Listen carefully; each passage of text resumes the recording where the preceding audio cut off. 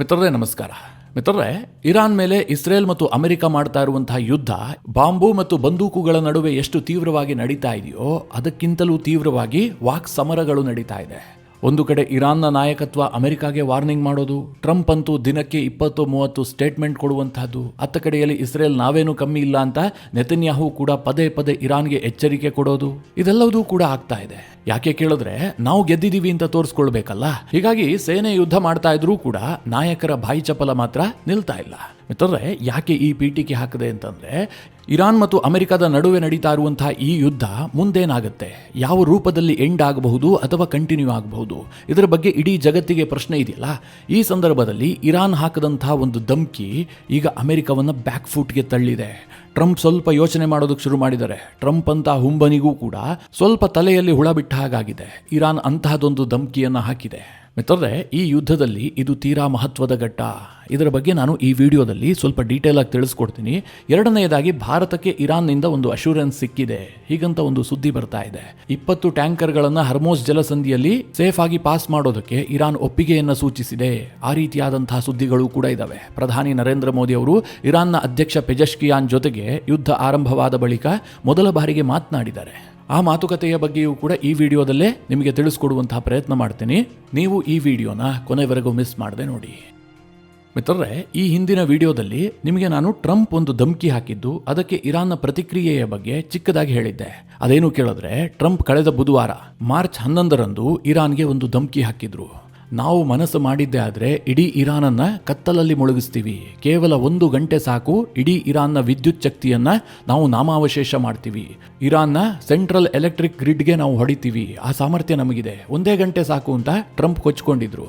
ಅದಕ್ಕೆ ಮುಂದುವರೆದು ಟ್ರಂಪ್ ಹೇಳಿದ್ರು, ನಾವೇನಾದ್ರೂ ಹಾಗೆ ದಾಳಿ ಮಾಡಿದ್ರೆ ಇರಾನ್ ಅದನ್ನ ರೀಬಿಲ್ಡ್ ಮಾಡೋದಕ್ಕೆ 25 ವರ್ಷಗಳು ಬೇಕಾಗತ್ತೆ. ಇಡೀ ಇರಾನ್ ಕತ್ತಲಲ್ಲಿ ಮುಳುಗಿ ಹೋಗ್ಬಿಡುತ್ತೆ ಅಂತ ಟ್ರಂಪ್ ಎಚ್ಚರಿಕೆ ಕೊಟ್ಟಿದ್ರು. ಮಿತ್ರರೇ, ಈ ಎಚ್ಚರಿಕೆಗೆ ಅಂಥ ಪ್ರಾಶಸ್ತ್ಯ ಇದೆಯಾ ಅಂತ ಅನ್ನಿಸಬಹುದು. ಟ್ರಂಪ್ ಏನು ಇದನ್ನ ಸುಮ್ಮನೆ ಹೇಳಿಲ್ಲ. ಇದು ಅಮೆರಿಕದ ಕಟ್ಟ ಕಡೆಯ ಅಸ್ತ್ರ. ಒಂದು ವೇಳೆ ಇರಾನ್ನಲ್ಲಿ ಅಮೆರಿಕಾಗೆ ಯಶಸ್ಸು ಸಿಗ್ತಾ ಇಲ್ಲ, ಬ್ಯಾಕ್ ಟು ಬ್ಯಾಕ್ ಹಿನ್ನಡೆ ಆಗ್ತಾ ಇದೆ ಅಂತಂದ್ರೆ ಅಮೆರಿಕ ಅಂತಿಮವಾಗಿ ಈ ಅಸ್ತ್ರವನ್ನ ಬಳಸಬಹುದು. ಯಾವುದೇ ದೇಶವೂ ಕೂಡ ಮೊದಲಿಗೆ ಇದನ್ನ ಹೇಳೋದಿಲ್ಲ. ಆದರೆ ಟ್ರಂಪ್ ನಿಮಗೆ ಗೊತ್ತಲ್ಲ, ಅಲ್ಲಿನ ಸೇನೆ ಏನೇ ಮಾಹಿತಿ ಕೊಟ್ಟರೂ ಕೂಡ ಟ್ರಂಪ್ ಅದನ್ನ ಬಹಿರಂಗಪಡಿಸ್ತಾರೆ. ಇದನ್ನ ಗೌಪ್ಯವಾಗಿಡಬೇಕು, ಇದು ನ್ಯಾಷನಲ್ ಇಂಟ್ರೆಸ್ಟ್, ಇದೆಲ್ಲ ಟ್ರಂಪ್ಗೆ ಗೊತ್ತೇ ಆಗೋದಿಲ್ಲ. ಅವರು ಮೊದಲಿಗೆ ತನ್ನ ಟ್ರೂತ್ ಸೋಷಲ್ನಲ್ಲಿ ಪೋಸ್ಟ್ ಮಾಡಿಯೇ ಬಿಡ್ತಾರೆ. ಈಗಲೂ ಸಹ ಅಷ್ಟೇ, ಅಮೆರಿಕ ಇರಾನ್ನ ಎಲೆಕ್ಟ್ರಿಕ್ ಗ್ರಿಡ್ಗೆ ಹೊಡೆಯುವಂತಹ ಒಂದು ಆಪ್ಷನ್ ಅನ್ನ ಇಟ್ಕೊಂಡಿರಬಹುದೇನೋ. ಇದನ್ನ ಟ್ರಂಪ್ ಬಹಿರಂಗಪಡಿಸ್ತಾ ಇದ್ದ ಹಾಗೆ ಅತ್ತ ಕಡೆಯಿಂದ ಇರಾನ್ನಿಂದ ದೊಡ್ಡ ಎಚ್ಚರಿಕೆ ಬಂದಿದೆ. ಮಿತ್ರರೇ, ಎಲೆಕ್ಟ್ರಿಕ್ ಗ್ರಿಡ್ಗೆ ಹೊಡೆಯೋದ್ರಿಂದ ಇರಾನ್ ಹೇಗೆ ಸೋತ್ ಹೋಗುತ್ತೆ, ಅವ್ರಿಗೆ ಅಷ್ಟೆಲ್ಲ ಪ್ರಾಬ್ಲಮ್ ಕ್ರಿಯೇಟ್ ಮಾಡುತ್ತಾ ಕೇಳಿದ್ರೆ ಖಂಡಿತವಾಗ್ಲೂ ಹೌದು. ಇವತ್ತಿನ ಆಧುನಿಕ ಯುದ್ಧ ತಂತ್ರದಲ್ಲಿ ಎಲೆಕ್ಟ್ರಿಸಿಟಿ ಬಹಳ ಇಂಪಾರ್ಟೆಂಟ್ ಆಗುತ್ತೆ. ಯಾವುದಕ್ಕೆ ಬೇಡ ಹೇಳಿ. ಉದಾಹರಣೆಗೆ, ಒಂದು ಮಿಲಿಟರಿ ಬೇಸ್ ಕಾರ್ಯನಿರ್ವಹಿಸಬೇಕು ಅಂತಂದ್ರೆ ಅಲ್ಲಿಗೆ ಎಲೆಕ್ಟ್ರಿಸಿಟಿ ಬೇಕು. ಮಿಸೈಲ್ ಸಿಸ್ಟಮ್ ಕಾರ್ಯನಿರ್ವಹಿಸಬೇಕಾದ್ರೂ ಕೂಡ ಅದಕ್ಕೆ ಎಲೆಕ್ಟ್ರಿಸಿಟಿ ಬೇಕು. Radar, air defence system, communication network, industrial production ಎಲ್ಲದಕ್ಕೂ ಕೂಡ ಎಲೆಕ್ಟ್ರಿಸಿಟಿ ಬೇಕು. ವಿದ್ಯುತ್ ಸಪ್ಲೈ ಬಂದ್ ಆಗ್ತಿದ್ದ ಹಾಗೆ ಮಿಲಿಟರಿ ಕಮಾಂಡ್ ಸ್ಥಗಿತಗೊಳ್ಳುತ್ತೆ. ವೆಪನ್ ಸಿಸ್ಟಮ್ ವರ್ಕ್ ಆಗಲ್ಲ. ಸರಿಸುಮಾರು 60-70% ಮಿಲಿಟರಿ ಆಪರೇಷನ್ ಸ್ತಬ್ಧ ಆಗೋಗುತ್ತೆ. ಅಷ್ಟರ ಮಟ್ಟಿಗೆ ಎಲೆಕ್ಟ್ರಿಸಿಟಿ ಯುದ್ಧಕ್ಕೆ ಅನಿವಾರ್ಯ. ಇದನ್ನೇ ಟ್ರಂಪ್ ಧಮ್ಕಿ ಹಾಕಿದ್ದು, ನಾವು ಅದಕ್ಕೆ ಹೊಡೆದು ಬಿಡ್ತೀವಿ, ನಿಮ್ಮ ಎಲೆಕ್ಟ್ರಿಸಿಟಿ ಗ್ರಿಡ್ ಅನ್ನೇ ನಾಶ ಮಾಡ್ತೀವಿ, ಇಡೀ ಇರಾನ್ ಕತ್ತಲಲ್ಲಿ ಮುಳುಗುತ್ತೆ ಅಂತ. ಅದಕ್ಕೆ ಇರಾನ್ ಏನ್ ಹೇಳ್ತು ಗೊತ್ತಾ, ನೀವು ನಮ್ಮನ್ನೇನೋ ಕತ್ತಲಲ್ಲಿ ಮುಳುಗಿಸಬಹುದು, ಅದಕ್ಕೆ ನಮ್ಮ ಉತ್ತರ ಹೇಗಿರುತ್ತೆ ಗೊತ್ತಾ, ಇಡೀ ಪರ್ಷಿಯನ್ ಗಲ್ಫ್ನ ಎಲ್ಲಾ ರಾಷ್ಟ್ರಗಳನ್ನ ನಾವು ಕೂಡ ಕತ್ತಲಲ್ಲಿ ಮುಳುಗಿಸ್ತೀವಿ, ಅವರ ಸೆಂಟ್ರಲ್ ಎಲೆಕ್ಟ್ರಿಕ್ ಗ್ರಿಡ್ ಅನ್ನ ನಾವು ಕೂಡ ನಾಶ ಮಾಡ್ತೀವಿ ಅಂತ. ಇದು ಅಮೆರಿಕವನ್ನ 100% ಬ್ಯಾಕ್ ಫುಟ್ಗೆ ತಳ್ತು. ಯಾಕೆ ಗೊತ್ತಾ, ಇರಾನ್ಗೆ ಕತ್ತಲು ಬೆಳಕಿನ ಪ್ರಶ್ನೆಯೇ ಇಲ್ಲ. ಅವ್ರು ಈಗಾಗಲೇ ಕತ್ತಲಿನಲ್ಲೇ ಇದ್ದಾರೆ. ಇನ್ನೂ ಕತ್ತಲು ಅವರಿಗೇನು ದೊಡ್ಡ ವಿಚಾರವೇ ಆಗೋದಿಲ್ಲ. ಆದರೆ ಮಿಡಿಲ್ ಈಸ್ಟ್ನ ದೇಶಗಳಿದಾವಲ್ಲ, Qatar, Bahrain, Kuwait, Oman, Saudi Arabia, ಈ ಎಲ್ಲ ದೇಶಗಳನ್ನ ಕತ್ತಲಿಗೆ ತಳ್ಳಿದ್ದೇ ಆದ್ರೆ ಆ ದೇಶಗಳು ಮಾತ್ರ ಅಲ್ಲ, ಅಮೆರಿಕ ಕೂಡ ಒತ್ತಡಕ್ಕೊಳಗಾಗತ್ತೆ. ಅದೇನು ಸಣ್ಣ ಪುಟ್ಟ ಒತ್ತಡ ಅಲ್ಲ. ಯಾಕೆ ಗೊತ್ತಾ, ಆ ಎಲ್ಲ ದೇಶಗಳಿಗೆ ಕುಡಿಯುವ ನೀರಿನಿಂದ ಹಿಡಿದು ಉಸಿರಾಡುವ ಗಾಳಿಯವರೆಗೂ ಕೂಡ ಎಲೆಕ್ಟ್ರಿಸಿಟಿಯ ಮೇಲೆ ಡಿಪೆಂಡ್ ಆಗಿದೆ. ಈ ಪರ್ಷಿಯನ್ ಗಲ್ಫ್ನ ರಾಷ್ಟ್ರಗಳಿಗೆ ಎಲೆಕ್ಟ್ರಿಸಿಟಿ ಇಲ್ಲ ಅಂತಂದ್ರೆ ಯುದ್ಧ ಆಗಿರಲಿ, ಕುಡಿಯೋದಕ್ಕೆ ನೀರೇ ಇರೋದಿಲ್ಲ. ಯಾಕೆ ಗೊತ್ತಾ, ಈ ರಾಷ್ಟ್ರಗಳಲ್ಲಿ ಯಾವುದೇ ನದಿ ನೀರಿನ ಮೂಲ ಇಲ್ಲ. ಇವರೆಲ್ಲರೂ ಕೂಡ ಸಮುದ್ರದ ನೀರಿನ ಮೇಲೆ ಡಿಪೆಂಡ್ ಆಗಿದ್ದಾರೆ. ಸಮುದ್ರದ ನೀರನ್ನು ಡೈರೆಕ್ಟಾಗಿ ಕುಡಿಯೋದಕ್ಕಾಗತ್ತಾ, ಅದನ್ನು ಡಿಸ್ಯಾಲಿನೇಷನ್ ಮಾಡಲೇಬೇಕು. ಅದಕ್ಕೋಸ್ಕರವಾಗಿ ಈ ಎಲ್ಲ ದೇಶಗಳು ಕೂಡ ಡಿಸ್ಯಾಲಿನೇಷನ್ ಪ್ಲಾಂಟ್ಗಳನ್ನು ಹೊಂದಿದ್ದಾವೆ. ಆ ಡಿಸ್ಯಾಲಿನೇಷನ್ ಪ್ಲಾಂಟ್ಗಳು ವರ್ಕ್ ಆಗಬೇಕು ಅಂತಂದ್ರೆ ಎಲೆಕ್ಟ್ರಿಸಿಟಿ ಬೇಕು. ಇವತ್ತು ಈ ಪರ್ಷಿಯನ್ ಗಲ್ಫ್ನ 6 ದೇಶಗಳಲ್ಲಿ ಒಟ್ಟು 400 ಡಿಸ್ಯಾಲಿನೇಷನ್ ಪ್ಲಾಂಟ್ಗಳಿದ್ದಾವೆ. ವರ್ಷಕ್ಕೆ ಇವರು 7ರಿಂದ 8 ಟ್ರಿಲಿಯನ್ ಲೀಟರ್ನಷ್ಟು ಸಮುದ್ರದ ನೀರನ್ನು ಶುದ್ಧೀಕರಿಸ್ತಾರೆ. ಕತಾರ್ ದೇಶದ ಒಟ್ಟು ಬಳಕೆಯಲ್ಲಿ 61% ಡಿಸ್ಯಾಲಿನೇಷನ್ ವಾಟರ್. ಹಾಗೆ ಬಹರೈನ್ ದೇಶ 59% ಸಮುದ್ರದ ನೀರನ್ನು ಬಳಸುತ್ತೆ. ಕುವೈತ್ 47% ಅನ್ನು ಬಳಸುತ್ತೆ. UAE 41%, ಒಮಾನ್ 23%, ಸೌದಿ ಅರೇಬಿಯಾ 18% ಸಮುದ್ರದ ನೀರಿನ ಮೇಲೆ ಡಿಪೆಂಡ್ ಆಗಿದೆ. ಒಮ್ಮೆ ಎಲೆಕ್ಟ್ರಿಸಿಟಿ ಹೋಯಿತು ಅಂತಂದ್ರೆ ಈ ಎಲ್ಲಾ ಡಿಸ್ಯಾಲಿನೇಷನ್ ಪ್ಲಾಂಟ್ಗಳು ಸ್ಥಗಿತಗೊಳ್ತವೆ. ಕುಡಿಯುವ ನೀರಿಗೆ ಹಾಹಾಕಾರ ಉಂಟಾಗುತ್ತೆ. ಈ ಎಲ್ಲ ದೇಶಗಳ ಆತ್ಮ ಇರೋದೆಲ್ಲಿ? ಅಲ್ಲಿನ ನಗರಗಳಲ್ಲಿ. Doha, Riyadh, Dubai, Sharjah, Abu Dhabi ಈ ಎಲ್ಲ ನಗರಗಳು ರನ್ ಆಗಬೇಕು ಅಂತಂದ್ರೆ ಎಲೆಕ್ಟ್ರಿಸಿಟಿ ಬೇಕು. ಒಂದು ವೇಳೆ ಅದಕ್ಕೆ ಡ್ಯಾಮೇಜ್ ಆಯಿತು ಅಂತಂದ್ರೆ ಈ ಎಲ್ಲ ದೇಶಗಳು ಟೋಟಲಿ ಸ್ಥಗಿತಗೊಳ್ತವೆ. ಅಲ್ಲಿನ ಜನಜೀವನ ಅಸ್ತವ್ಯಸ್ತಗೊಂಡು ಬಿಡುತ್ತೆ. ಹೀಗಾಗಿ ಅಮೆರಿಕಾಗೆ ಇರಾನ್ನ ಈ ಎಚ್ಚರಿಕೆ ಇದೆಯಲ್ಲ, ಸ್ವಲ್ಪ ಆತಂಕವನ್ನು ಹುಟ್ಟಿಸಿದೆ. ಹಾಗಂತ ಅಮೆರಿಕ ಇರಾನ್ನ ಎಲೆಕ್ಟ್ರಿಸಿಟಿ ಗ್ರಿಡ್ಗೆ ಹೊಡೆಯುವ ಆಪ್ಷನ್ ಅನ್ನ ಕೈಬಿಟ್ಟಿದೆ ಅಂತಲ್ಲ, ಅವರು ಧೈರ್ಯ ಮಾಡಿಬಿಡಬಹುದು. ಆದರೆ ಅದಕ್ಕೆ ರಿಟಾಲಿಯೇಟ್ ಮಾಡೋದಕ್ಕೆ ಇರಾನ್ ಕೂಡ ಸಿದ್ಧ ಇದೆ ಎನ್ನುವಂತಹ ವಿಚಾರ ಇದೆಯಲ್ಲ, ಇದು ಅಮೆರಿಕವನ್ನ ಸ್ವಲ್ಪ ಹೆದರಿಕೆಗೆ ತಳ್ಳಿದೆ. ಮಿತ್ರರೇ, ಇನ್ನೊಂದು ವಿಚಾರ ಏನು ಕೇಳಿದ್ರೆ, ಮೊನ್ನೆ ನಾನು ವಿಡಿಯೋ ಮಾಡಿದಂತಹ ಸಂದರ್ಭದಲ್ಲಿ ಒಬ್ರು ಕಾಮೆಂಟ್ ಮಾಡಿದ್ರು, ಅಮೆರಿಕ ಒಂದು ಸಣ್ಣ ತಪ್ಪು ಮಾಡಿದೆ. ಈ ಪರ್ಷಿಯನ್ ಗಲ್ಫ್ ರಾಷ್ಟ್ರಗಳಲ್ಲಿರುವಂತಹ ತನ್ನ ಬೇಸ್ಗಳನ್ನು ಬಳಸಿಕೊಳ್ಳದೆ ಕೇವಲ ನೇವಿ ಮತ್ತು ಇಸ್ರೇಲ್ ಮೂಲಕವಾಗಿ ಯುದ್ಧ ಮಾಡಿದ್ದೇ ಆಗಿದ್ರೆ ಏನೂ ನಷ್ಟ ಆಗ್ತಾ ಇರಲಿಲ್ಲ. ಇರಾನ್ ಈ ಮಿಡಲ್ ಈಸ್ಟ್ನ ದೇಶಗಳಿಗೆ ಹೊಡೆಯುವಂತಹ ಆಪ್ಷನ್ನೇ ಸಿಗ್ತಾ ಇರಲಿಲ್ಲ. ಅಮೆರಿಕ ಈ ಒಂದು ಟ್ಯಾಕ್ಟಿಕಲ್ ಮಿಸ್ಟೇಕ್ ಅನ್ನು ಮಾಡಿಬಿಟ್ಟಿದೆ ಅಂತ ಅವರು ಕಮೆಂಟ್ ಹಾಕಿದ್ರು. ಇದು ಮೇಲ್ನೋಟಕ್ಕೆ ಒಪ್ಪಿಕೊಳ್ಳಬಹುದಾದಂತಹ ಸತ್ಯ. ಹೌದು, ಅಮೆರಿಕ ಹೀಗೆ ಮಾಡಿದ್ದೇ ಆಗಿದ್ರೆ ಅವರಿಗೆ ಲಾಸ್ ಕಡಿಮೆ ಆಗ್ತಾ ಇತ್ತು ಅಂತ. ಆದರೆ ಅಮೆರಿಕಾಗೆ ಇದೇನು ಗೊತ್ತಿಲ್ಲ ಅಂತಲ್ಲ, ಅವರು ಕೂಡ ಈ ಮಿಡಲ್ ಈಸ್ಟ್ನ ದೇಶಗಳ ಮೇಲೆ ದಾಳಿ ಆಗ್ತಿರೋದನ್ನು ಎಂಜಾಯ್ ಮಾಡ್ತಾ ಇದ್ದಾರೆ. ಇದು ನಮಗೆ ಬೆನಿಫಿಟ್ ಅಂತ ಭಾವಿಸಿದ್ದಾರೆ. ಇದನ್ನು ಕೇಳಿದ್ರೆ ನಿಮಗೆ ಆಶ್ಚರ್ಯ ಆಗಬಹುದು, ಆದರೂ ಕೂಡ ಸತ್ಯ. ಯಾಕೆ ಅಂತ ಚಿಕ್ಕದಾಗಿ ಹೇಳ್ತೀನಿ ನಿಮಗೆ. ಇವತ್ತು ಮಿತ್ರರೇ, ಒಂದು ವೇಳೆ ಇರಾನ್ ಏನಾದರೂ ಮಿಡಲ್ ಈಸ್ಟ್ನ ಈ ದೇಶಗಳಿದಾವಲ್ಲ, ಒಟ್ಟು 13 ದೇಶವನ್ನು ಅವರು ಟಾರ್ಗೆಟ್ ಮಾಡಿದ್ದಾರೆ. ಅದರಲ್ಲಿ ಕತಾರ್ ಇದೆ, ಒಮಾನ್ ಇದೆ, ಸೌದಿ ಅರೇಬಿಯಾ ಇದೆ, ಬಹರೈನ್ ಇದೆ, ಕುವೈತ್ ಇದೆ, ಜೋರ್ಡಾನ್ ಇದೆ, ಸೈಪ್ರಸ್ಗೂ ಕೂಡ ದಾಳಿ ಮಾಡುವಂತಹ ಪ್ರಯತ್ನವನ್ನು ಮಾಡಿದ್ರು. ಹೀಗೆ ಎಲ್ಲಾ ದೇಶವನ್ನ ಇರಾನ್ ಟಾರ್ಗೆಟ್ ಮಾಡ್ತಾ ಇದೆ. ಒಂದು ವೇಳೆ ಈ ಯಾವ ದೇಶವನ್ನು ಇರಾನ್ ಟಾರ್ಗೆಟ್ ಮಾಡಿರಲಿಲ್ಲ, ಕೇವಲ ಇಸ್ರೇಲ್ ಮತ್ತು ಇರಾನ್ ಮತ್ತು ಅಮೆರಿಕ ಈ 3 ದೇಶಗಳ ನಡುವೆ ಮಾತ್ರ ಯುದ್ಧ ಆಗ್ತಾ ಇತ್ತು ಅಂತ ಅಂದುಕೊಳ್ಳಿ. ಆಗ ಇರಾನ್ಗೆ ರಿಟಾಲಿಯೇಟ್ ಮಾಡುವಂತಹ ಆಪ್ಷನ್ ಎಲ್ಲೆಲ್ಲಿ ಸಿಗ್ತಾ ಇತ್ತು? ಕೇವಲ ಇಸ್ರೇಲ್ ಮಾತ್ರ. ಅಮೆರಿಕದ ನೇವಿಗೆ ಹೊಡೆಯುವಂತಹ ಕೆಪಾಸಿಟಿ ಇರಾನ್ಗೆ ಇಲ್ಲ. ಇರಾನ್ನ ನೇವಿ ಬಹಳ ವೀಕ್. ಆಗ ಇರಾನ್ ಯಾವುದನ್ನ ಟಾರ್ಗೆಟ್ ಮಾಡ್ತಾ ಇತ್ತು? ಕೇವಲ ಇಸ್ರೇಲ್ ಅನ್ನ ಮಾತ್ರ. ಮಿತ್ರರೇ, ಇಸ್ರೇಲ್ ಅನ್ನ ನೀವು ಭೂಪಟದಲ್ಲಿ ಹುಡುಕಬೇಕು. ಅಷ್ಟು ಚಿಕ್ಕದಾದಂತಹ ದೇಶ. ಇಸ್ರೇಲ್ನ ಡಿಫೆನ್ಸ್ ಕಾಂಪ್ಲೆಕ್ಸ್ ಇರಬಹುದು, ಇಸ್ರೇಲ್ನ ನೇವಿ ಇರಬಹುದು, ಭೂಸೇನೆ ಇರಬಹುದು, ವಾಯುಪಡೆ ಇರಬಹುದು, ಎಲ್ಲವೂ ಕೂಡ ಅಷ್ಟೇ ಚಿಕ್ಕ ಪ್ರದೇಶದಲ್ಲಿದೆ. ಈಗ ಇರಾನ್ ದಾಳಿ ಮಾಡ್ತಾ ಇದೆಯಲ್ಲ, ಪ್ರತಿ ದಿನಕ್ಕೆ ಸರಿಸುಮಾರು 1,000 ಡ್ರೋನ್ಗಳನ್ನು ಅವರು ಲಾಂಚ್ ಮಾಡ್ತಾರೆ ಅಂತ ಅಂದುಕೊಳ್ಳಿ. ಹಾಗೆ 300-400 ಮಿಸೈಲ್ಗಳನ್ನು ಕೂಡ ಲಾಂಚ್ ಮಾಡ್ತಾ ಇದ್ದಾರೆ. ಇದೆಲ್ಲವೂ ಕೂಡ 13 ದೇಶಗಳಿಗೆ ಹಂಚಿ ಹೋಗ್ತಾ ಇದೆ. UAEಗೆ 50 ಡ್ರೋನ್ ಬರುತ್ತೆ, ಸೌದಿ ಅರೇಬಿಯಾಗೆ 50 ಡ್ರೋನ್ ಬರುತ್ತೆ, ಕತಾರ್ಗೆ 50 ಡ್ರೋನ್ ಬರುತ್ತೆ. ಹಾಗೆ ಇಸ್ರೇಲ್ಗೂ ಕೂಡ ಬರ್ತಾ ಇರೋದು 50-100 ಡ್ರೋನ್ಗಳು ಮಾತ್ರ.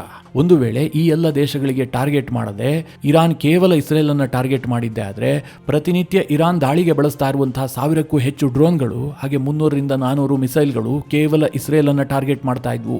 ಆಗ ಅದನ್ನು ತಡೆಯುವಂತಹದ್ದು ಇಸ್ರೇಲ್ಗೂ ಸಾಧ್ಯ ಆಗ್ತಾ ಇರಲಿಲ್ಲ, ಅಮೆರಿಕದ ಏರ್ ಡಿಫೆನ್ಸ್ ಸಿಸ್ಟಮ್ಗೂ ಸಾಧ್ಯ ಆಗ್ತಾ ಇರಲಿಲ್ಲ. ಇಸ್ರೇಲ್ಗೆ ಭಾರಿ ಪ್ರಮಾಣದಲ್ಲಿ ಹಾನಿ ಆಗ್ತಾ ಇತ್ತು. ಈಗೇನಾಗ್ತಾ ಇದೆ? ಅದೆಲ್ಲವೂ ಕೂಡ ಹರಿದು ಹಂಚಿ ಹೋಗ್ತಾ ಇದೆ. ಅಮೆರಿಕದ ಏರ್ ಡಿಫೆನ್ಸ್ ಸಿಸ್ಟಮ್ ಒಮಾನ್ನಲ್ಲೂ ಇದೆ, ಸೌದಿ ಅರೇಬಿಯಾದಲ್ಲೂ ಇದೆ, UAE ಅಲ್ಲೂ ಇದೆ, ಬಹರೈನ್, ಕುವೈತ್ನಲ್ಲೂ ಕೂಡ ಇದೆ. ಇದರಿಂದ ಯುದ್ಧದ ವ್ಯಾಪ್ತಿ ಜಾಸ್ತಿ ಆಗಿದೆ. ಇದರಲ್ಲಿ ಬಹಳ ದೊಡ್ಡ ಲಾಭ ಯಾರಿಗಾಗಿದೆ ಕೇಳಿದ್ರೆ ಇಸ್ರೇಲ್ಗೆ. ಅವರು ಬಹಳ ರಿಲ್ಯಾಕ್ಸ್ ಆಗಿ ಯುದ್ಧ ಮಾಡ್ತಾ ಇದ್ದಾರೆ. ಇಸ್ರೇಲ್ಗೆ ಈ ಹಿಂದಿನ 12 ದಿನದ ಯುದ್ಧಕ್ಕಿಂತಲೂ ಕೂಡ ಈ ಬಾರಿ ಕಡಿಮೆ ಹಾನಿ ಆಗ್ತಾ ಇದೆ. ಯಾಕೆ ಕೇಳಿದ್ರೆ ಇರಾನ್ನ ದಾಳಿಯ ತೀವ್ರತೆ ಇದೆಯಲ್ಲ, ಇದು ಬಹಳ ಕಡಿಮೆ ಇದೆ. ಮಿತ್ರರೇ, ಹಾಗಾದರೆ ಈ ಯುದ್ಧ ಹೇಗೆ ಎಂಡ್ ಆಗುತ್ತೆ? ಏನಾದರೂ ಸುಳಿವು ಸಿಗ್ತಾ ಇದೆಯಾ ಕೇಳಿದ್ರೆ, ಸದ್ಯಕ್ಕಂತೂ ಇರಾನ್ ಒಂದು ತೀರ್ಮಾನ ಮಾಡಿಬಿಟ್ಟಿದೆ.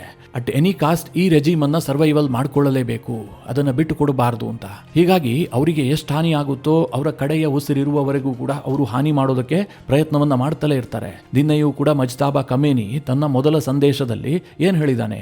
ನಾವು ಇನ್ನೂ ಹೆಚ್ಚು ಫ್ರಂಟ್ಗಳನ್ನು ಓಪನ್ ಮಾಡ್ತೀವಿ, ಇನ್ನೂ ಹೆಚ್ಚಿನ ಘಾತಕವಾದಂತಹ ದಾಳಿ ಮಾಡ್ತೀವಿ ಅಂತ. ಈಗ ಇರಾನ್ ಕೇವಲ ಆಯಿಲ್ ಅನ್ನ ಮಾತ್ರ ಟಾರ್ಗೆಟ್ ಮಾಡ್ತಾ ಇದೆ. ಆಯಿಲ್ ಪ್ರೈಸ್ ಜಾಸ್ತಿ ಆಗಿದ್ದೆ ಆದ್ರೆ ಅಮೆರಿಕಾಗೆ ಒತ್ತಡ ಆಗುತ್ತೆ ಅಂತ. ಒಂದು ವೇಳೆ ಅಮೆರಿಕ ಅದಕ್ಕೆ ಬಗ್ಗಿಲ್ಲ ಅಂತಾದ್ರೆ ಇರಾನ್ ಬೇರೆ ಬೇರೆ ಆಪ್ಷನ್ ಅನ್ನು ಓಪನ್ ಮಾಡುತ್ತೆ. ಗಲ್ಫ್ನ ದೇಶಗಳ ಬೇರೆ ಬೇರೆ ಟಾರ್ಗೆಟ್ ಅನ್ನು ಹಿಟ್ ಮಾಡೋದಕ್ಕೆ ಶುರು ಮಾಡುತ್ತೆ. ಆಗ ಯುದ್ಧ ಇನ್ನಷ್ಟು ಎಸ್ಕಲೇಟ್ ಆಗುತ್ತೆ, ಜಗತ್ತಿನ ಮೇಲೆ ಇನ್ನೂ ಕೆಟ್ಟ ಪರಿಣಾಮ ಬೀರುತ್ತೆ. ಹೀಗಾಗಿ ಯುದ್ಧ ಇಷ್ಟು ದಿನ ಏನಾಯ್ತಲ್ಲ, ಇದಕ್ಕಿಂತಲೂ ಹೆಚ್ಚು ಕರಾಳವಾಗುವಂಥ ಎಲ್ಲಾ ಸಾಧ್ಯತೆಗಳು ಕೂಡ ಇದ್ದಾವೆ. ಈಗ ಭಾರತದ ವಿಚಾರಕ್ಕೆ ಬರೋಣ. ಈ ಯುದ್ಧ ಶುರುವಾದ ಬಳಿಕ ಭಾರತದ ವಿದೇಶಾಂಗ ಸಚಿವ ಎಸ್ ಜೈಶಂಕರ್ ಅವರು ಇರಾನ್ನ ವಿದೇಶಾಂಗ ಸಚಿವ ಅಬ್ಬಾಸ್ ಅರಾಕ್ಚಿಯ ಜೊತೆಗೆ 3 ಬಾರಿ ಮಾತನಾಡಿದ್ದಾರೆ. ನಿಮಗೆಲ್ಲ ಗೊತ್ತೇ ಇದೆ, ಭಾರತ ಈ ಯುದ್ಧದಲ್ಲಿ ಬಹಳ ತಟಸ್ಥವಾಗಿದೆ. ನಾವು ಇರಾನ್ಗೂ ಬೆಂಬಲಿಸ್ತಾ ಇಲ್ಲ, ಇಸ್ರೇಲ್ ಅಮೆರಿಕಾಗೂ ಕೂಡ ಬೆಂಬಲಿಸ್ತಾ ಇಲ್ಲ. ಕೇವಲ ಭಾರತದ ಹಿತಾಸಕ್ತಿಯನ್ನ ಮಾತ್ರ ನೋಡ್ತಾ ಇದೆ. ಇದರ ನಡುವೆ ಭಾರತಕ್ಕೆ ಈ ಪರ್ಷಿಯನ್ ಗಲ್ಫ್ನಲ್ಲಿ ಆಗ್ತಾ ಇರುವಂತಹ ಯುದ್ಧದ ಕಾರಣದಿಂದಾಗಿ ಗ್ಯಾಸ್ ಸಮಸ್ಯೆ ವಿಪರೀತವಾಗಿ ಜಾಸ್ತಿ ಆಗ್ತಾ ಇದೆ. ನಮಗೆ LPGಯ ಕೊರತೆ ಆಗ್ತಾ ಇದೆ. ಈ ಸಂದರ್ಭದಲ್ಲಿ ಪ್ರಧಾನಿ ನರೇಂದ್ರ ಮೋದಿ ಅವರು ಮೊಟ್ಟ ಮೊದಲ ಬಾರಿಗೆ ಇರಾನ್ನ ಅಧ್ಯಕ್ಷ ಮಸೂದ್ ಪೆಜೆಶ್ಕಿಯಾನ್ ಜೊತೆಗೆ ಫೋನ್ನಲ್ಲಿ ಮಾತನಾಡಿದ್ದಾರೆ. ಯುದ್ಧ ಎಸ್ಕಲೇಟ್ ಆಗ್ತಾ ಇರುವಂತಹ ರೀತಿಗೆ ಮೋದಿ ಕಳವಳವನ್ನು ವ್ಯಕ್ತಪಡಿಸಿದ್ದಾರೆ. ಮಾತುಕತೆ ಮೂಲಕವಾಗಿ ಬಗೆಹರಿಸಿಕೊಳ್ಳಬಹುದಾಗಿತ್ತು ಅಂತ ಸಲಹೆಯನ್ನ ಕೂಡ ಕೊಟ್ಟಿದ್ದಾರೆ. ಇದು ನಾರ್ಮಲ್ ಆಗಿ ಆಗುವಂತಹ ವಿಚಾರ. ಇದರ ಜೊತೆಗೆ ಭಾರತದ ಕೆಲ ಕನ್ಸರ್ನ್ಗಳನ್ನ ಪೆಜೆಶ್ಕಿಯಾನ್ಗೆ ತಿಳಿಸುವಂತಹ ಪ್ರಯತ್ನವನ್ನ ಕೂಡ ಮಾಡಿದ್ದಾರೆ. ಅಂದ್ರೆ ಈ ಯುದ್ಧದಿಂದ ಭಾರತಕ್ಕೆ ಏನೇನ್ ಪ್ರಾಬ್ಲಮ್ ಆಗ್ತಾ ಇದೆ, ನಾವು ಇರಾನ್ನಿಂದ ಏನೇನ್ ಸಹಕಾರವನ್ನ ಬಯಸ್ತಾ ಇದ್ದೀವಿ ಅನ್ನೋದನ್ನ ಕೂಡ ಮೋದಿ ಅವರು ಕನ್ವೆ ಮಾಡಿದ್ದಾರೆ. ಮುಖ್ಯವಾಗಿ ನಮಗಿರುವಂತಹ ಕನ್ಸರ್ನ್ ಏನು, ನಮಗೆ ಸ್ಟ್ರೀಟ್ ಆಫ್ ಹರ್ಮೋಸ್ನಲ್ಲಿ ನಮ್ಮ ಹಡಗುಗಳನ್ನು ತರೋದಕ್ಕೆ ಮುಕ್ತವಾಗಿ ಅವಕಾಶ ಬೇಕು. ಇದು ಭಾರತದ ಡಿಮ್ಯಾಂಡ್. ಭಾರತ ನಿರಂತರವಾಗಿ ಇರಾನ್ ಜೊತೆಗೆ ಈ ಕುರಿತಾಗಿ ಮಾತುಕತೆ ನಡೆಸ್ತಲೇ ಇದೆ. ಪ್ರಧಾನಿ ನರೇಂದ್ರ ಮೋದಿ ಅವರು ಕೂಡ ಅಧ್ಯಕ್ಷರ ಜೊತೆಗಿನ ಮಾತಿನಲ್ಲಿ ಇದನ್ನ ಪ್ರಸ್ತಾಪ ಮಾಡಿದ್ದಾರೆ. ಸದ್ಯ ಇದಾಗ್ತಿದ್ದ ಹಾಗೆ ಭಾರತದ ಮಾಧ್ಯಮಗಳು ಏನ್ ಕ್ಲೈಮ್ ಮಾಡ್ತಾ ಇದ್ದಾವೆ ಅಂತಂದ್ರೆ, ಇರಾನ್ನಿಂದ ಭಾರತಕ್ಕೊಂದು ಶುಭ ಸುದ್ದಿ ಸಿಕ್ಕಿದೆ. ಅದೇನು ಕೇಳಿದ್ರೆ, ಪರ್ಷಿಯನ್ ಗಲ್ಫ್ನಲ್ಲಿ ನಿಂತಿರುವಂತಹ 20 ಹಡಗುಗಳನ್ನ ಯಾವುದೇ ತೊಂದರೆ ಇಲ್ಲದೆ ಸ್ಟ್ರೀಟ್ ಆಫ್ ಹರ್ಮೋಸ್ನಲ್ಲಿ ಪಾಸ್ ಮಾಡೋದಕ್ಕೆ ಇರಾನ್ ಒಪ್ಪಿಕೊಂಡಿದೆ. ಈ ರೀತಿಯ ಮಾತುಕತೆ ಆಗಿದೆ. ಹೀಗಂತ ಭಾರತದ ರಾಷ್ಟ್ರೀಯ ಮಾಧ್ಯಮಗಳು ಸುದ್ದಿ ಮಾಡ್ತಾ ಇದ್ದಾವೆ. ಆದರೆ ಭಾರತ ಸರ್ಕಾರ ಈ ಬಗ್ಗೆ ಯಾವುದೇ ಅಧಿಕೃತ ಹೇಳಿಕೆಗಳನ್ನ ಈವರೆಗೆ ಕೊಟ್ಟಿಲ್ಲ. ನಿಮಗೆಲ್ಲ ಗೊತ್ತೇ ಇದೆ, ನಿನ್ನೆ ನಮ್ಮ ವಿದೇಶಾಂಗ ಇಲಾಖೆಯ ವಕ್ತಾರರಾಗಿರುವಂತಹ ರಣದೀಪ್ ಜೈಸ್ವಾಲ್ ಏನ್ ಹೇಳಿದ್ರು, ಮಾತುಕತೆ ನಡೀತಾ ಇದೆ, ಆ ವಿಚಾರಗಳನ್ನ ಬಹಿರಂಗಪಡಿಸೋದಕ್ಕೆ ಸಾಧ್ಯ ಇಲ್ಲ ಅಂತ. ಹೀಗಾಗಿ ಹಡಗುಗಳನ್ನ ಈ ಪರ್ಷಿಯನ್ ಗಲ್ಫ್ನಿಂದ ಸ್ಟ್ರೀಟ್ ಆಫ್ ಹರ್ಮೋಸ್ ಮೂಲಕವಾಗಿ ಭಾರತಕ್ಕೆ ತರೋದಕ್ಕೆ ಸರ್ಕಸ್ ಅನ್ನಂತೂ ಮಾಡ್ತಾ ಇದೆ. ಎಷ್ಟರ ಮಟ್ಟಿಗೆ ವರ್ಕೌಟ್ ಆಗುತ್ತೆ ಅಂತ ಈಗಲೇ ಹೇಳೋದಕ್ಕೆ ಸಾಧ್ಯ ಇಲ್ಲ. ಸದ್ಯ ಈ ಸ್ಟ್ರೀಟ್ ಆಫ್ ಹರ್ಮೋಸ್ ಮೇಲೆ ಭಾರತ ಹೆಚ್ಚಾಗಿ ಡಿಪೆಂಡ್ ಆಗಿರೋದೇ LPG ಮತ್ತು LNGಯ ಕಾರಣದಿಂದಾಗಿ. ಈ ಎರಡು ಬಂದಿಲ್ಲ ಅಂತಂದ್ರೆ ಭಾರತಕ್ಕೆ ಬಹಳ ದೊಡ್ಡ ಸಮಸ್ಯೆ ಆಗತ್ತೆ. ಭಾರತಕ್ಕೆ ಕ್ರೂಡ್ ಆಯಿಲ್ ನ ಸಮಸ್ಯೆ ಇದೆ ಅಂತ ಅನಿಸ್ತಾ ಇಲ್ಲ. ಯಾಕೆ ಅಂತಂದ್ರೆ ಭಾರತಕ್ಕೆ ಬೇರೆ ಬೇರೆ ಮೂಲದಿಂದ ಕ್ರೂಡ್ ಆಯಿಲ್ ಬರುತ್ತೆ. ನಮ್ಮ ಬಳಿಯಲ್ಲಿ ಸಾಕಷ್ಟು ಸ್ಟೋರೇಜ್ ಇದೆ. ಈ ಸಂದರ್ಭದಲ್ಲಿ ನಾವು ಬೇರೆ ಕಡೆಯಿಂದ ತರಿಸ್ಕೊಳ್ಳೋದಕ್ಕೆ ನಮಗೆ ಸಾಕಷ್ಟು ಸಮಯಾವಕಾಶವೂ ಕೂಡ ಸಿಗುತ್ತೆ. ಆದರೆ LNG ಮತ್ತು LPGಯ ವಿಚಾರದಲ್ಲಿ ಭಾರತಕ್ಕೆ ಕಡಿಮೆ ಆಪ್ಷನ್ಗಳಿದಾವೆ. ನಾವು ಬಹುತೇಕ ಈ ಗಲ್ಫ್ ರಾಷ್ಟ್ರಗಳ ಮೇಲೆ ಡಿಪೆಂಡ್ ಆಗಿದ್ವಿ. ಈ ವಿಚಾರದಲ್ಲಿ ಭಾರತಕ್ಕೆ ಮುಂದಿನ ದಿನಗಳಲ್ಲಿ ಇನ್ನಷ್ಟು ಸಮಸ್ಯೆ ತಲೆದೋರಬಹುದು. ಇದೇ ಕಾರಣದಿಂದ ಭಾರತ ಇರಾನ್ ಜೊತೆಗೆ ಹೆಚ್ಚು ಎಂಗೇಜ್ ಆಗೋದಕ್ಕೆ ಯತ್ನ ಮಾಡ್ತಾ ಇದೆ. ಮಿತ್ರರೇ, ಈ ಎಲ್ಲ ವಿಚಾರಗಳ ಕುರಿತಾಗಿ ನಿಮಗೇನನ್ಸುತ್ತೆ? ನಿಮ್ಮ ಅನಿಸಿಕೆ ಅಭಿಪ್ರಾಯಗಳನ್ನು ಕಮೆಂಟ್ ಮಾಡುವ ಮೂಲಕ ನಮಗೆ ತಿಳಿಸಿ. ಹಾಗೆ ನಿಮಗೆ ಈ ವಿಡಿಯೋ ಇಷ್ಟವಾದರೆ ಲೈಕ್ ಮಾಡಿ. ಜೊತೆಗೆ ನೀವಿನ್ನೂ ನಿಮ್ಮ ನೆಚ್ಚಿನ ಸಂಸ್ಕಾರ ಸೌರಭ ಯೂಟ್ಯೂಬ್ ಚಾನಲ್ನ ಸಬ್ಸ್ಕ್ರೈಬ್ ಮಾಡಿಲ್ಲ ಅಂತಾದರೆ ಈ ಕೂಡಲೇ ಸಬ್ಸ್ಕ್ರೈಬ್ ಮಾಡಿ. ಮುಂದಿನ ಎಲ್ಲ ಅಪ್ಡೇಟ್ಗಳ ನೋಟಿಫಿಕೇಷನ್ಗಾಗಿ ಬೆಲ್ ಐಕಾನ್ ಒತ್ತಿ.